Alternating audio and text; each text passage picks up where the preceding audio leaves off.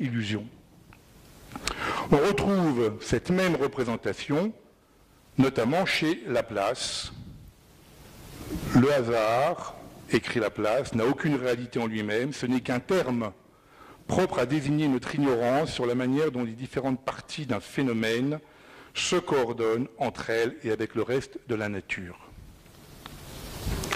Cette représentation de la nature comme système de relations nécessaires correspond à ce qu'on appellera à partir du XIXe siècle le déterminisme. Principe qui existait dès le XVIIe siècle, mais formulé autrement. Au sens propre du terme, un phénomène obéit au déterminisme lorsque, étant soumis à une loi, il ne peut être autre que ce qu'il est, autrement dit, il est nécessaire, de telle sorte que la connaissance supposée complète de l'ensemble des causes et conditions qui le produisent implique la connaissance du phénomène lui-même en tant qu'effet. Si vous voulez, la connaissance de l'état actuel du système permet alors de prévoir la reproduction future du même phénomène, et cela dans la mesure où elle résultera de la reproduction des mêmes conditions.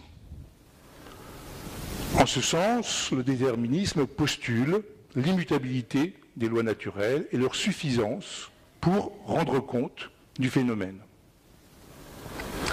Un système sera alors dit rigoureusement déterminé si, à raison de l'immutabilité des lois naturelles, son état futur résulte nécessairement et exclusivement de son état actuel.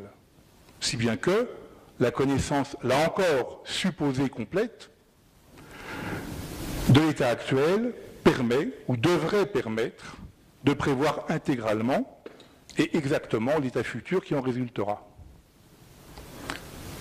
De façon plus,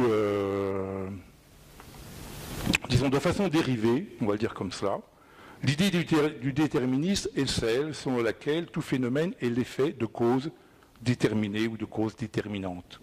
Mais c'est un petit peu une tautologie.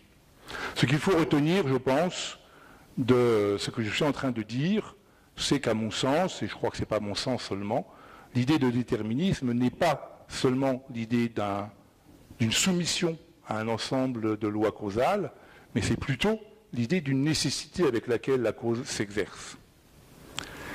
L'expression la plus haute de ce principe du déterminisme, compris comme un déterminisme universel et intégral, cette idée donc elle s'exprime dans un texte célèbre de l'essai philosophique sur les probabilités de Laplace, texte que nous allons revoir ensemble tant il est magnifique en quelque sorte. Nous devons envisager l'état présent de l'univers comme l'effet de son état antérieur et comme la cause de celui qui va suivre. Une intelligence qui, pour un instant donné, connaîtrait toutes les forces dont la nature est animée et la situation respective des êtres qui la composent, si d'ailleurs elle était assez vaste pour soumettre ces données à l'analyse, embrasserait dans la même formule les mouvements des plus grands corps de l'univers et ceux du plus léger atome. Rien ne serait incertain pour elle, et l'avenir comme le passé serait présent à ses yeux.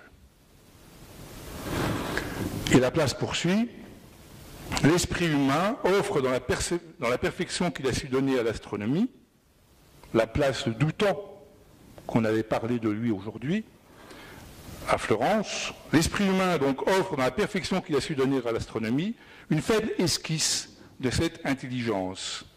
Ces découvertes en mécanique et en géométrie, jointes à celles de la pesanteur universelle, ce qui est une référence évidente à Newton, l'ont mis à portée de comprendre, dans les mêmes expressions analytiques, les états passés et futurs du système du monde.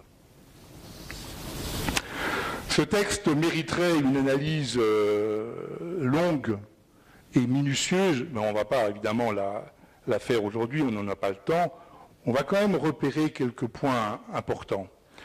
D'une part, on a bien effectivement ici affaire à l'affirmation d'un déterminisme universel qui est appuyé sur le principe de causalité, qui oriente affirmation qui oriente vers l'idéal d'une connaissance intégrale, complète. Il s'agit bien évidemment d'un idéal, il ne s'agit pas d'une réalité, et Laplace prend soin de nous le rappeler à la fin du texte.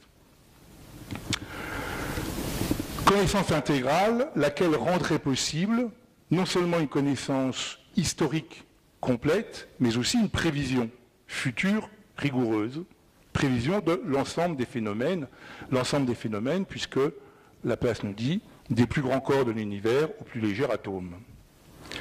Cet idéal est pensé dans le prolongement de la mécanique et des mathématiques parce qu'il y a une référence directe. Les expressions analytiques dont parle Laplace, c'est une référence directe au calcul intégral. Mais ce qui est surtout important de remarquer ici, c'est cette expression embrasserait dans la même formule les mouvements des plus grands corps, etc., etc. Pourquoi embrasserait dans la même formule? Eh bien, cela signifie que l'intelligence supérieure fictive dont nous parle ici Laplace, elle serait capable de fournir en un théorème, en une expression mathématique, la totalité de l'explication des phénomènes des plus grands corps au plus léger atome.